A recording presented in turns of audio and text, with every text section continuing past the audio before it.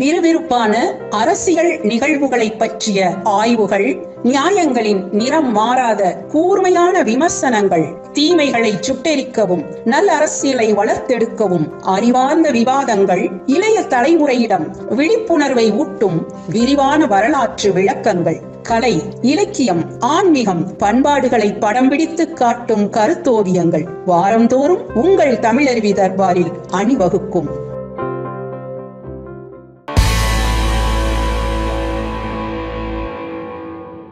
தமிழருவி தர்பார் நேயர்களுக்கு அன்பான வணக்கங்கள். தமிழருவி தர்பார் சேனலை பார்ப்பவர்கள் சப்ஸ்கிரைப் செய்வதற்கு மறக்க வேண்டாம். அருகில் உள்ள பெல் பட்டனை அழுத்துங்கள். அப்பொழுதுதான் நாங்கள் பதிவேற்றம் செய்யும் அனைத்து காணொளிகளையும் நீங்கள் பார்த்து மகிழலாம். இன்றைக்கும் விடை தேடும் வினாக்கள் பகுதியில் சில அறிவார்ந்த கேள்விகளோடு நாம் ஐயாவை சந்திக்க இருக்கின்றோம். இப்போது ஐயா வணக்கம். வணக்கம் வாசுகி.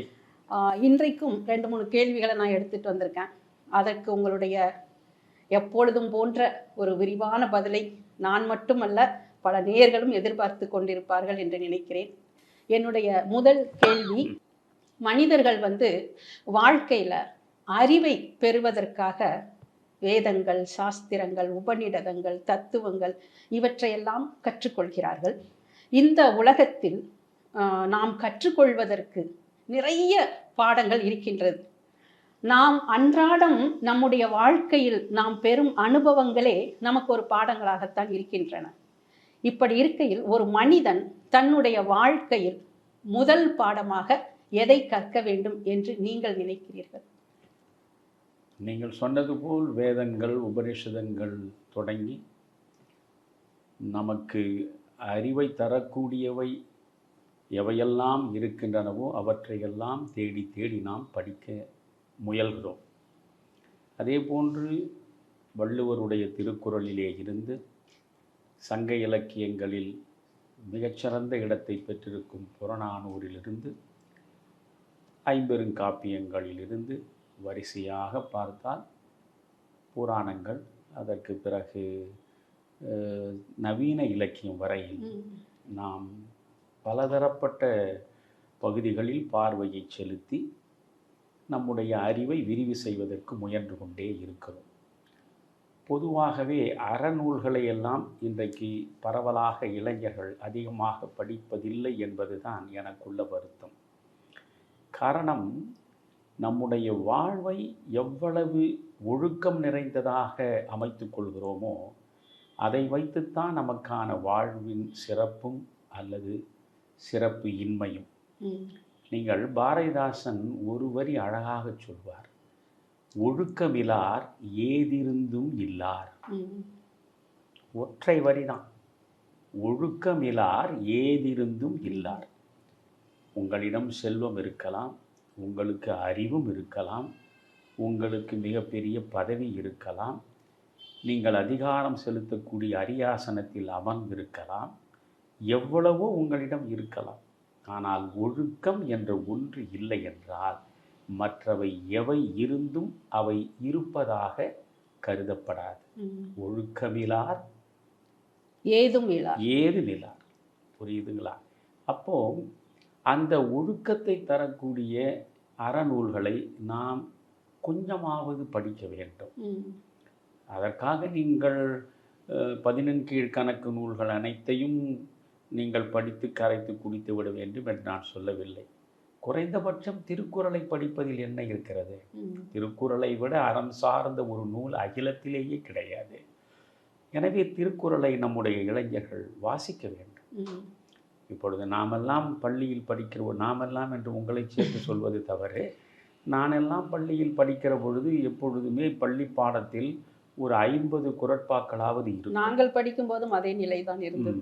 அப்போ அந்த 50 குறட்பாக்களை நாம் மதிப்பெண்களை பெறுவதற்காகவாவது படித்தோம், நிச்சயமாக படிப்போம். இப்பொழுது அவற்றிற்கான வாய்ப்புகளையே பாடத்திட்டத்தில் காண முடியவில்லை. ஒழுக்கம் சார்ந்த சிந்தனைகளுக்கு, ஆன்மீகம் சார்ந்த சிந்தனைகளுக்கு இன்றைய பாடத்திட்டத்தில் இடமில்லாமல் போனதுதான் சகல விதமான சீரழிவுகளுக்கும் முதற்காரணம், முக்கிய காரணம் என்று நான் நினைக்கிறேன். அதனால் நாம் நம்முடைய அறிவை செழுமைப்படுத்திக் கொள்வதற்காக, ம். நம் வாழ்க்கையை வளப்படுத்திக் கொள்வதற்காக நாம் தேடி தேடி படிக்கிறோம். ம். படிக்கக்கூடிய ஒவ்வொன்றிலும் ஒரு பாடத்தை நாம் பெறுகிறோம். வாழ்க்கை அன்றாடம் தரக்கூடிய அனுபவங்களின் மூலமும் நாம் பாடங்களை பெற்றுக்கொண்டே வருகிறோம். ஆனால் நாம் பெறக்கூடிய பாடங்களிலேயே முதற் பாடமாக நான் கருதுவதை உங்களுக்கு சொல்கிறேன். ஓகே. அதை மிக எளிமையாக உங்களுக்கு நான் சொல்ல விரும்புகிறேன். சின்னஞ்சிறு பள்ளி பிள்ளைகள் கூட இதை கேட்டு பயன்பெற முடியும். ம். அந்த ஊரில் ஓர் ஆசிரியர் இருந்தார். அந்த ஆசிரியர் மிகச்சிறப்பாக பாடம் நடத்தக்கூடிய அற்புதத்தை செய்து காட்டிய மனிதர். ம். எனவே அவரிடம் பாடம் கற்க வேண்டும் என்று அந்த ஊர் மக்கள் பிள்ளைகள் அனைவரையும் கொண்டு போய் சேர்ப்பதற்கு முனைகிறார்கள். ஆனால் அத்தனை பிள்ளைகளும் சேர்ந்து படிப்பதற்கான வசதி வாய்ப்புகள் அங்கே இல்லை. அதனால் அவர் என்ன செய்கிறார், என் பள்ளியில் படிக்க வேண்டும் என்றால் சில அடிப்படை தகுதிகள் இருக்க வேண்டும். ம். அப்படிப்பட்ட பிள்ளைகளுக்கு மட்டும்தான் நான் பாடத்தை கற்றுக் கொடுக்க முடியும் என்று சொல்லிவிடுகிறார். ம். 2 பிள்ளைகள் படித்தால் இவரிடம்தான் படிக்க வேண்டும் என்று அதிக ஆர்வமாக இருக்கிறார்கள். பெற்றோரிடம் சொல்லி அவர்களை வற்புறுத்தி அந்த ஆசிரியரிடம் எங்களை கொண்டு போய் சேர்த்து விடுங்கள் என்கிறார்கள். பெற்றோர்கள் ஆசிரியர்களிடம் இந்த 2 பிள்ளைகளையும் அழைத்து கொண்டு வருகிறார். 2 பிள்ளைகளும் வெவ்வேறு பெற்றோரை சார்ந்தவர்கள். இந்த பெற்றோர்கள் ஆசிரியரிடம் சொல்கிறார்கள், ம். ஐயா, உங்களிடம் படித்தால் மிகப்பெரிய அளவுக்கு அறிவு விரிவாகும், ம். வாழ்க்கையில் எல்லா விதமான நன்மைகளும் வந்து சேரும் என்பதை நாங்களே அறிவோம். ம். அதனால் இந்த பிள்ளைகளும் அப்படி ஒரு நல்ல வாய்ப்பை பெற வேண்டும் என்று விரும்புகிறோம். ம். அன்பு கூர்ந்து இந்த பிள்ளைகளை உங்கள் பள்ளியில் சேர்த்து கொள்ளுங்கள் என்றார். அவர் அந்த பிள்ளைகளை பார்த்தார். நீங்கள் 2 பேரும் என்னிடம் படிக்க வேண்டும் என்று எதற்காக ஆசைப்படுகிறீர்கள் என்று சிரித்தபடி கேட்டார். அந்த பிள்ளைகள் ஒரே குரலில், நீங்கள் மிகச்சிறந்த ஆசிரியர் என்பதனால் உங்களிடம் நாங்கள் படிக்க விரும்புகிறோம் என்றார். உடனே அவர் சொன்னார், நான் மிகச்சிறந்த ஆசிரியன் என்பதனால் தானே என்னிடம் நீங்கள் படிக்க விரும்புகிறீர்கள். ம். நான் மிகச்சிறந்த மாணவர்களுக்கு மட்டும்தான் பாடம் நடத்துவது என்ற முடிவில் இருப்பவன். நீங்கள் மிகச்சிறந்த மாணவர்களா என்று கண்டறிய ஒரு சோதனை வைக்கிறேன். அந்த சோதனையில் நீங்கள் வெற்றி பெற்றால் உங்களை இந்த பள்ளியில் நான் சேர்த்துக் கொள்கிறேன் என்றார். ஏதோ ஒரு பெரிய சோதனையை வைக்கப் போகிறார் என்ற அச்சத்தோடு இந்த 2 பிள்ளைகளும் ஆசிரியரை பார்க்கிறார். ம். அவர் என்ன செய்தார், ஒரு பக்கத்தில் இருந்த ஒரு குவளையில் விதைகள் இருந்தன. அதில் ஒரு விதையை ஒரு பையனுக்கு கொடுத்தார், இன்னொரு விதையை இன்னொரு பையனுக்கு கொடுத்தார். ம். நீங்கள் இருவரும் வீட்டிற்கு செல்லுங்கள். ம். 6 மாதத்திற்கு பிறகு என்னை வந்து சந்திக்க வேண்டும். இந்த விதையை செடியாக்கி செடியில் பூத்திருக்கக்கூடிய மலர்களை எல்லாம் நீங்கள் 6 மாதத்திற்கு பிறகு என்னிடம் கொண்டு வந்து காட்டினால் அதை வைத்து உங்களை நான் இந்த பள்ளியில் சேர்ப்பதா வேண்டாமா என்ற முடிவுக்கு வருவேன் என்றார். இவ்வளவு எளிமையான சோதனையாக இருக்கிறது என்று மகிழ்ச்சியோடு அந்த பிள்ளைகள் ஆளுக்கு ஒரு விதையை வாங்கி கொண்டு வீட்டிற்கு சென்றார்கள். 6 மாதம் நடந்து முடிந்தது. 6 மாதத்துக்கு பிறகு 2 பிள்ளைகளும் அந்த ஆசிரியர் முன்னாலே வந்து நின்றார்கள். ஒரு பையன் ஒரே ஒரு பூவை கையிலே வைத்துக்கொண்டு நிற்கிறான். பக்கத்தில் ஒரு பையன் கூடை நிறைய பூக்களை தலையிலே சுமந்தபடி நின்று கொண்டிருக்கிறான்.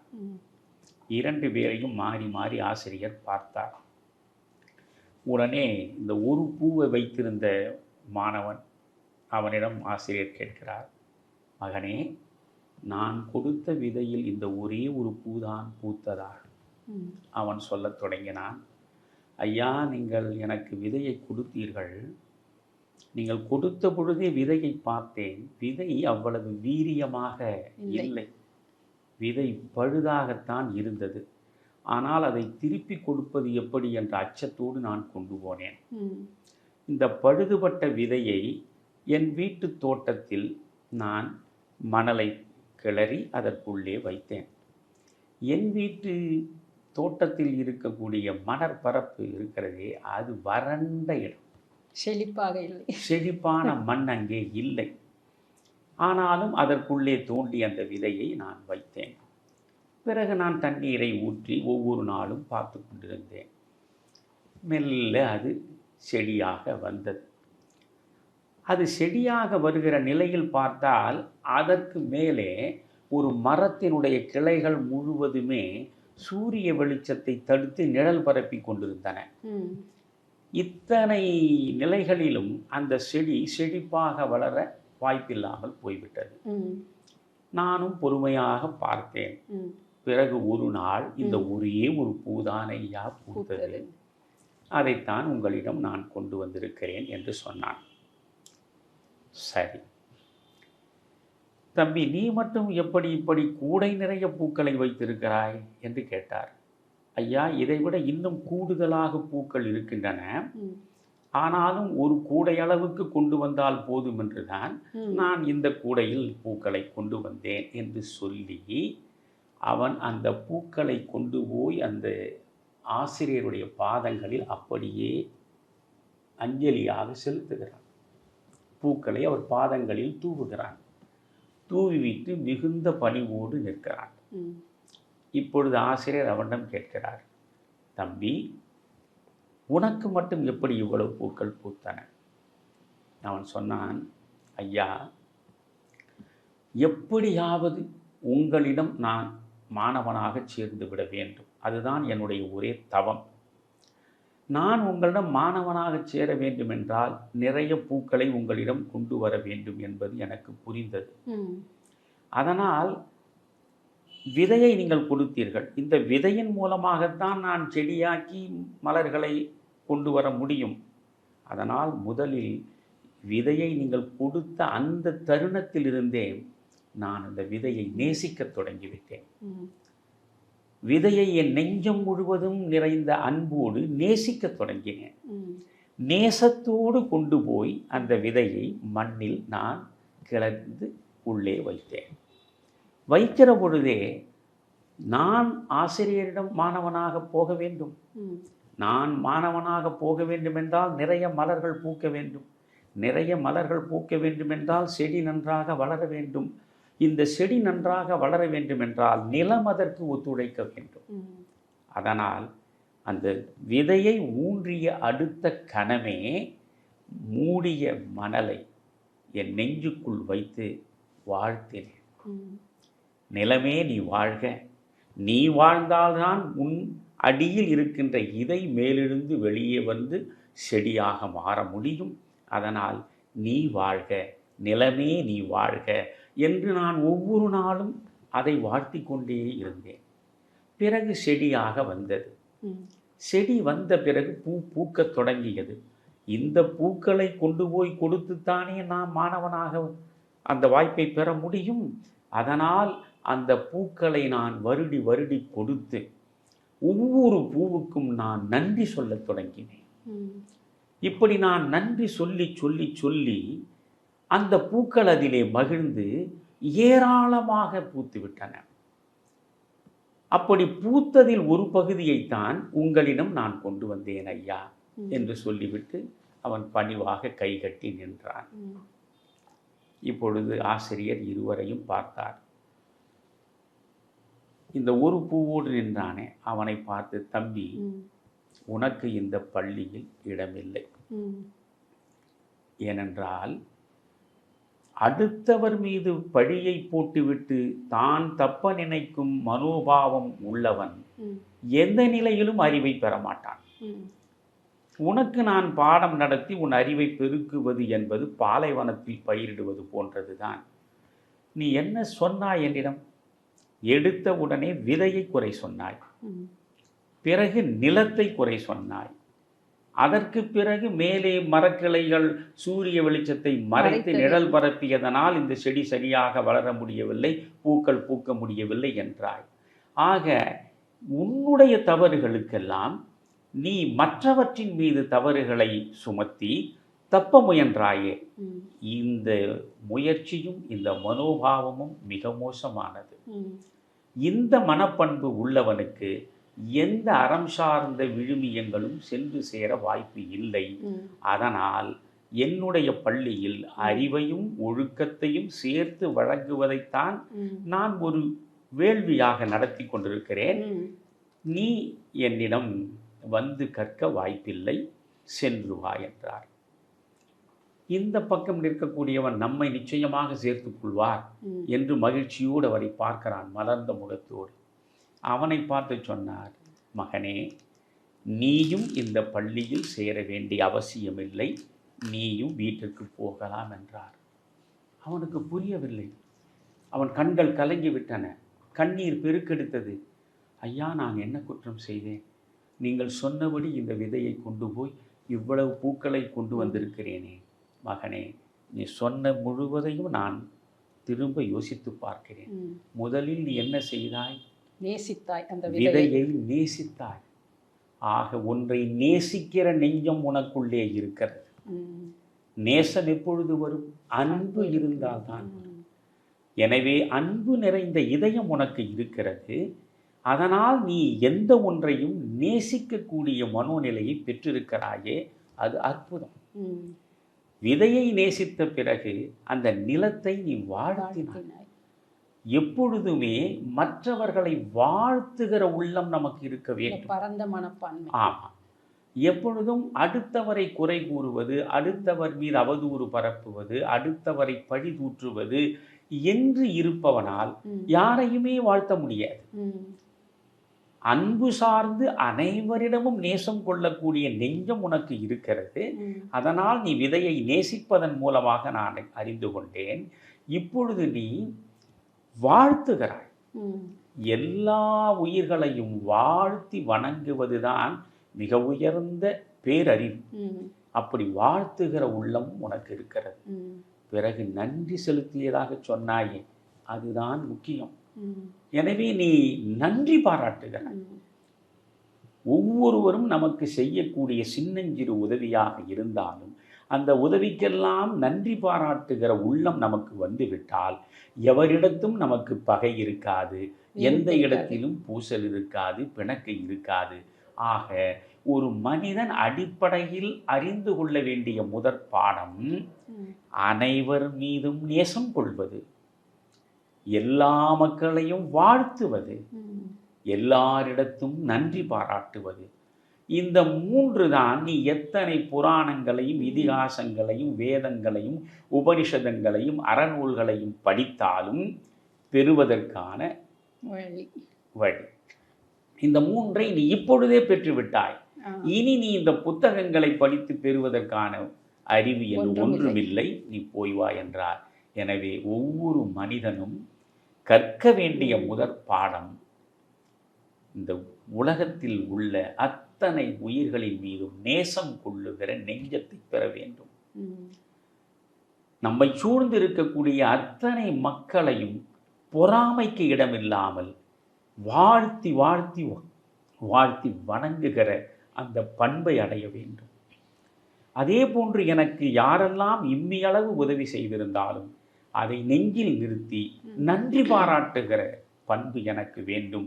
இந்த நேசம், வாழ்த்து, நன்றி என்ற மூன்றையும் அடைவதுதான் முதற் பாடமாக இருக்க முடியும் என்று நான் நிச்சயமாக நம்புகிறேன். அதான் நீங்கள் சொன்ன மாதிரி நேசம், மற்ற உயிரினங்களை வாழ்த்துகின்ற பண்பு, நன்றி உணர்வு, இந்த மூன்றுக்கும் அடிப்படையாக இருப்பது அன்புதான்.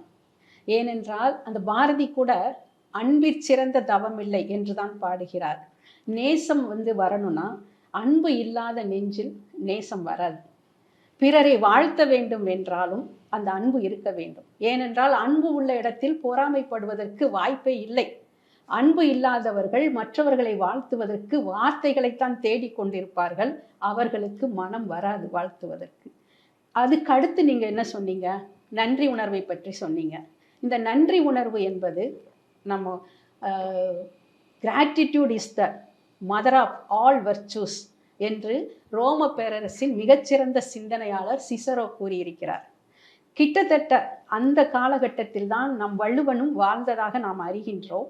அவரும் இந்த நன்றி உணர்வு குறித்து செய் நன்றி அறிதல் என்ற ஒரு அதிகாரத்தையே படைத்திருக்கிறார். அந்த அதிகாரத்தில் ஒரு பாடலில் எண்ணன்றி கொன்றார்க்கும் உய்வுண்டாம் உய்வில்லை செய் நன்றி கொன்ற மகற்கு என்கிறார். ஒரு மனிதன் எந்த ஒரு அறத்தை அழித்து விட்டாலும் அவன் அதிலிருந்து தப்பி பிழைத்து வாழ்வதற்கு வழி இருக்கிறது. ஆனால் ஒருவர் செய்த உதவியை மறந்து நன்றி இல்லாமல் இருப்பவர்கள் வாழ்க்கையில் உயரவே முடியாது என்பதை அவர் வெகு அழகாக எடுத்து காட்டியிருக்கிறார். இப்போ நீங்கள் சொன்னது போல் நான் கேட்டது ஒரு மனிதன் முதற் பாடமாக எதை கற்க வேண்டும் என்று. நீங்கள் நேசம், பிறரை வாழ்த்தும் பண்பு, நன்றி, இது மூன்றையும் ஒரு சேர கற்பதுதான் ஒரு மனிதனுக்கு சிறந்த பண்புகள் என்று வெகு அழகாக ஆணித்தரமாக சொல்லியிருக்கிறீர்கள். இந்த இடத்தில் வாழ்த்துதல் என்று சொல்லும் பொழுது நாம் என்ன நினைக்கிறோம், நம்மளை விட பெரியவங்களை நாம் எப்படி வாழ்த்த முடியும் அப்படின்ட்டு.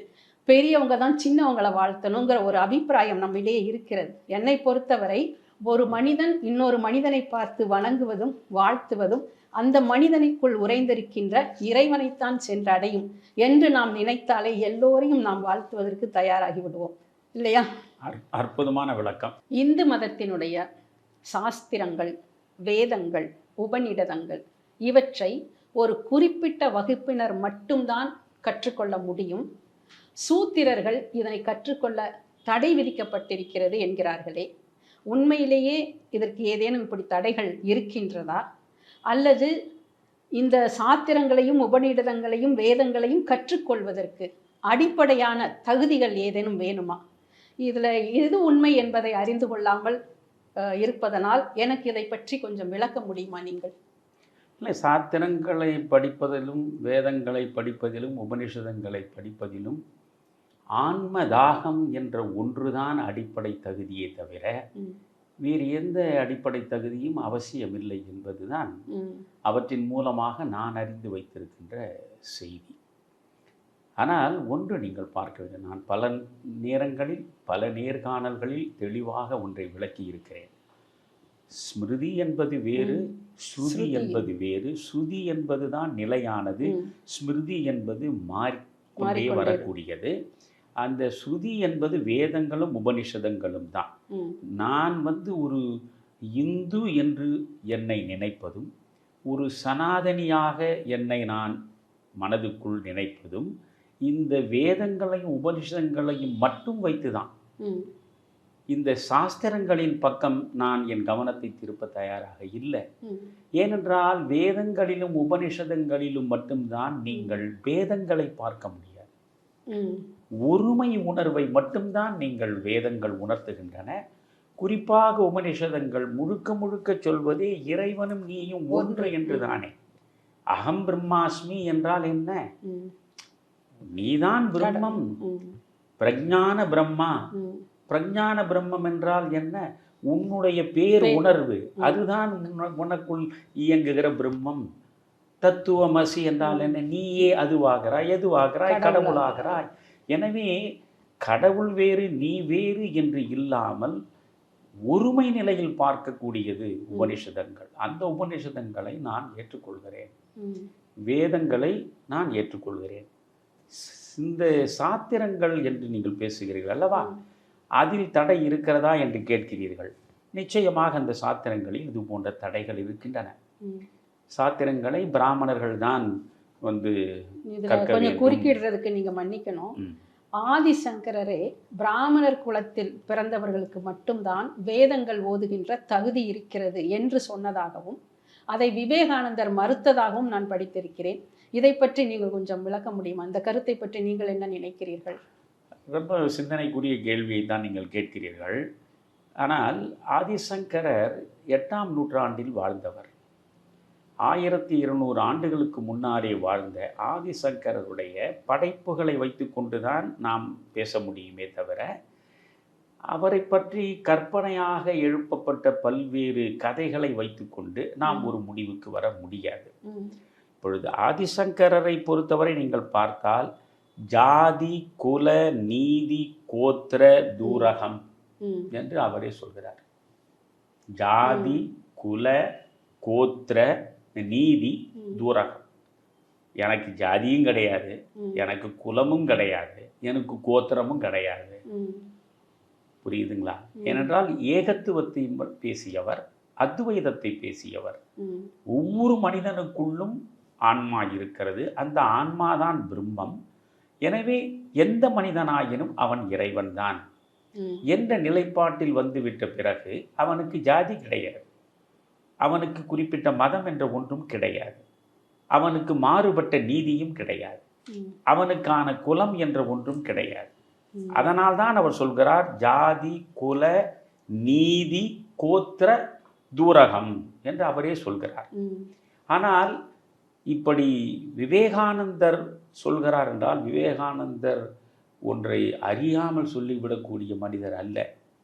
பிராமணர்கள் மட்டும்தான் நீங்கள் ஞானம் பெற முடியும் என்று ஆதிசங்கரர் சொன்னதாக விவேகானந்தர் ஒரு இடத்தில் குறிப்பிடுகிறார். ஆனால் விவேகானந்தர் என்ன சொல்கிறார், இந்தியாவில் இருக்கக்கூடிய அனைத்து மக்களையும் பிராமணராக்க வேண்டும் என்கிறார். பிராமணன் தான் ஞானியாக முடியும் என்றால் ஒரு எல்லைக்கு சென்று விவேகானந்தர் சொல்கிறார், இந்தியாவில் இருக்கக்கூடிய அனைத்து மக்களும் பிராமணராக வேண்டும் என்பதுதான் என் நோக்கம். அனைத்து மக்களும் பிராமணராகிட்டு அனைவருமே ஞானியாக, அனைத்து மக்களும் பிராமணனானால் அனைத்து மக்களும் ஞானி ஆவதற்கான வாய்ப்பு இருக்கிறது. இதில் என்னென்ன, வழக்கமாக ஆதிசங்கரருக்கு எதிராக வைக்கக்கூடிய ஒரு குற்றச்சாட்டு இருக்கிறது. ஆதிசங்கரர் காசியில் வாசம் செய்த பொழுது அவர் கங்கையில் குளித்துவிட்டு கோவிலுக்கு போகிறார். கோவிலுக்கு போகிற போது வழியில் ஒரு சண்டாளன் வருகிறான். இப்பொழுது அந்த சண்டாளன் என்ற சொல்லை பயன்படுத்துவதே தவறு. அதுதான் இப்பொழுது சமீபத்தில் பெரிய சர்ச்சையாக கூட போய்கொண்டிருக்கிறதே. எனவே அது சண்டாளன் என்பது ஒரு இழி சொல். அந்த இழி சொல்லால் ஒரு மனிதனை குறிப்பிடுவது என்பதை விட இழிவு வேறு எதுவும் கிடையாது. இருந்தாலும் அதில் சொல்லப்பட்டதை உங்களுக்கு நான் சொல்கிறேன். அந்த சங்கரர் பற்றிய நூலில் சொல்லப்பட்டதை உங்களுக்கு சொல்கிறேன். சண்டாளன் எதிரே வருகிறான்.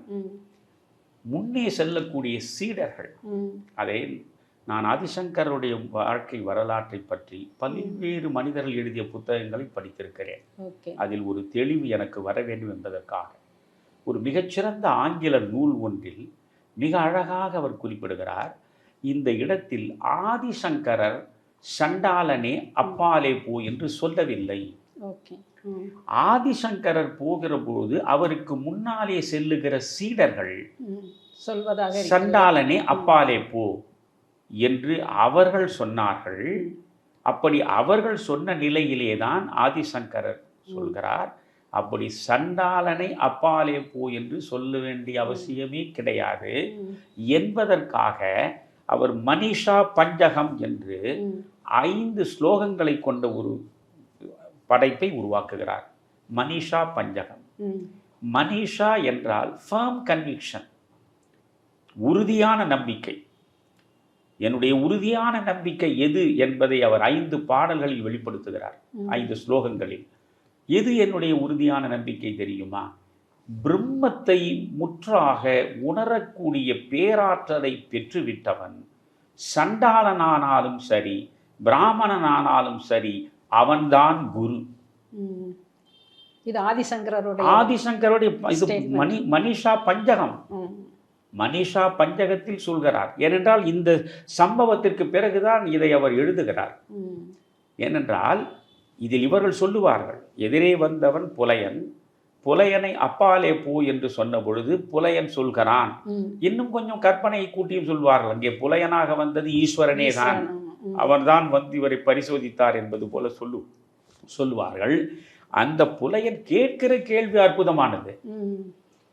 அப்பாலே போ என்று சொன்ன உடனே புலையன் கேட்கிறான், வானத்தில் இருக்கக்கூடிய நிலவு, அந்த நிலவினுடைய பிம்பம் கங்கையிலும் தெரிகிறது, ஒரு புலையன் இருக்கக்கூடிய வீட்டுக்கு பக்கத்திலே இருக்கிற குட்டையிலும் தெரிகிறது. அப்படி என்றால் குட்டையிலே இருக்கும் அந்த நிலவு வேறு, கங்கையிலே இருக்கும் நிலவு வேறா? இரண்டும் ஒரு நிலவு தானே. ஒரு பொன்குடம் இருக்கிறது, பக்கத்தில் ஒரு மண்குடம் இருக்கிறது. இந்த பொன்குடத்தினுடைய அந்த ஸ்பேஸ் என்று சொல்கிறோம் இல்லை, அது வெளி, அதில் இருக்கிற வெளி, மண்குடத்திலே இருக்கிற வெளி, அது வேறு இது வேறா? இரண்டும் ஒன்றுதானே. அதுபோல் படைக்கப்பட்ட உயிர்கள் அனைத்துமே ஒன்றுதானே.